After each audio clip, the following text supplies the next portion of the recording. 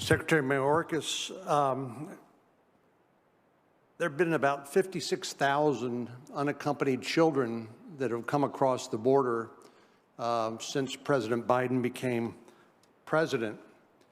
As you know, once these children are placed with sponsors in the United States, there's a requirement that there be a 30-day follow-up telephone call to determine their status. You're aware of that, aren't you? That is within the domain of Health and Human Services. Senator, I am not intimately familiar with the process once the child arrives in the shelter and care of HHS. You don't know what happens to the children once they're placed with a sponsor? It is our responsibility in the Department of Homeland Security to transfer the unaccompanied child within 72 hours to the care and custody of Health and Human Services.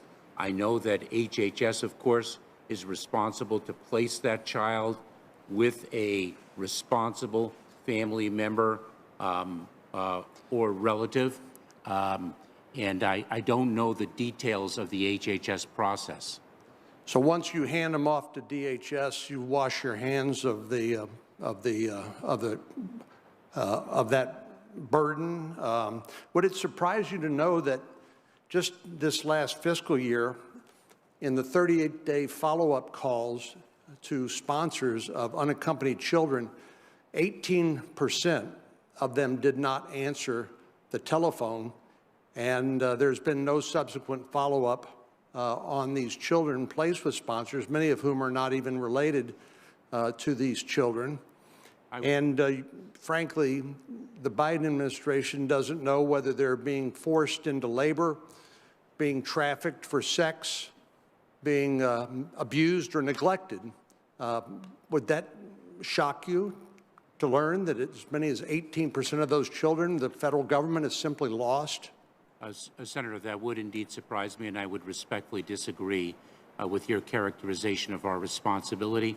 We don't wash our hands of a burden when we're dealing with... Well, if you don't know what happened to them, they don't answer the phone once they've been placed with a sponsor, how would you characterize the complete neglect of the welfare of that child after they don't answer, the sponsor doesn't answer the phone, 30 days after they've been placed with, the children have been placed with a sponsor? Senator, how would you characterize that? Senator, I have confidence in the dedication of the men and women of the Department of Health and Human Services to act in the best interest of those children, and I defer your question to those dedicated men and women. That is so. I'm not asking about them. I'm asking about the policies and procedures of the Biden administration. Apparently, no one in the Biden administration cares about those roughly 10,000 children that don't respond, their sponsors don't respond to follow-up telephone calls. So frankly, we don't know what happened to them, good, bad, or indifferent. Senator, let me ask you about another topic. Recently, you issued new enforcement guidelines, September the 30th, 2021. And are you familiar with the notion of push factors and pull factors? I'm confident you are. Yes, I am, Senator. So push factors are violence, poverty, desire for a better life, things we all as human beings understand. Pull factors are incentives for people to make the dangerous journey to the United States in the tender mercies of the drug cartels and the criminal organizations. Do you agree? Maybe not entirely with my characterization, but those are pull factors? I understand your point, Senator. Yeah. Well, do you agree with Police Chief Magnus, who is the Biden administration's nominee for Customs and Border Protection, that a non-enforcement policy by the Department of Homeland Security when it comes to illegal immigration is a pull factor, encouraging more people to make that dangerous trip? That would require me to speculate because we don't have a non-enforcement policy. I'm just asking you whether you agree with Chief Magnus, the CBP nominee, whether a policy of non-enforcement would be a pull factor. It could be.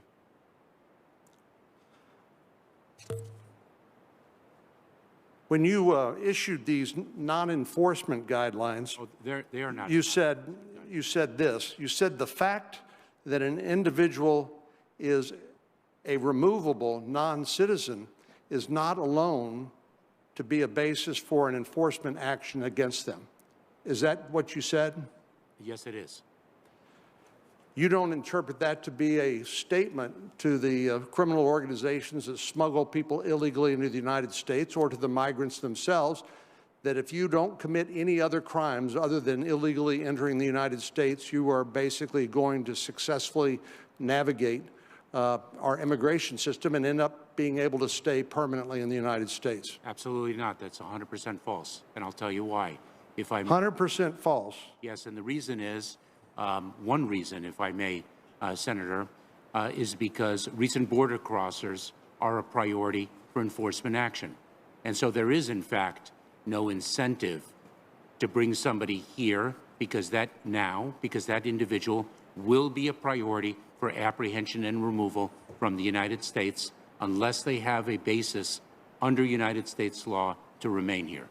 Well, we know basically, based on Border Patrol projections, that this figure, 1.7 million, doesn't include 385,000 or so people who simply evade detection by Border Patrol.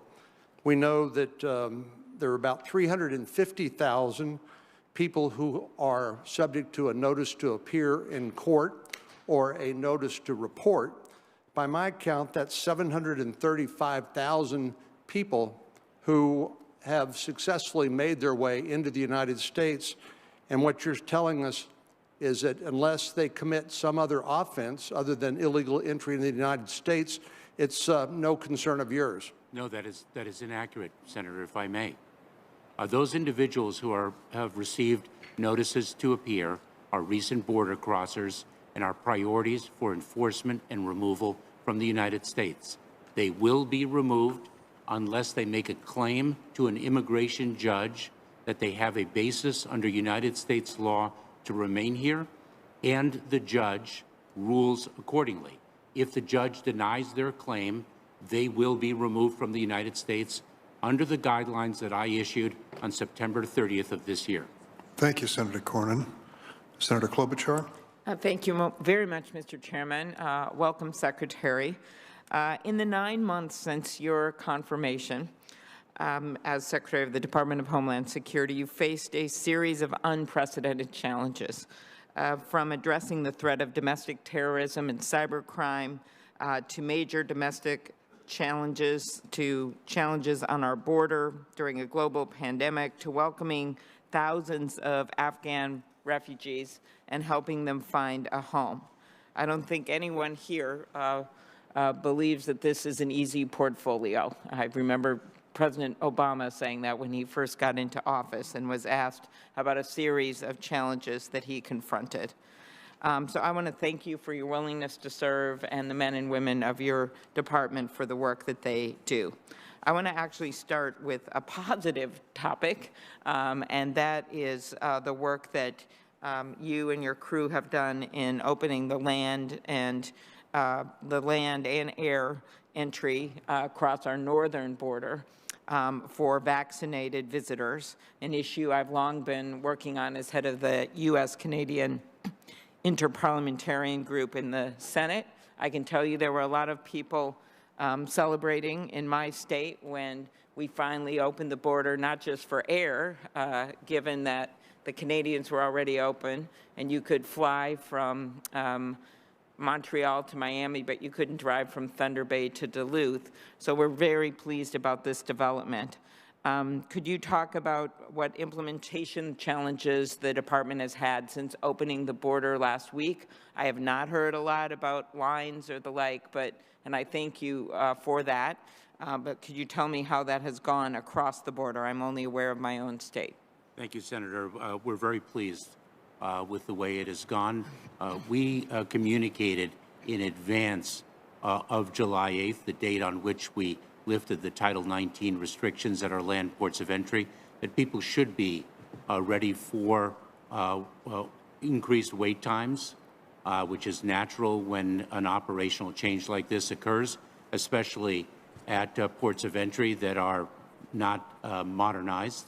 But fortunately, with yesterday's historic infrastructure bill, we're going to really change that thanks to President Biden's leadership. But we have not actually experienced the long lines that we would have expected.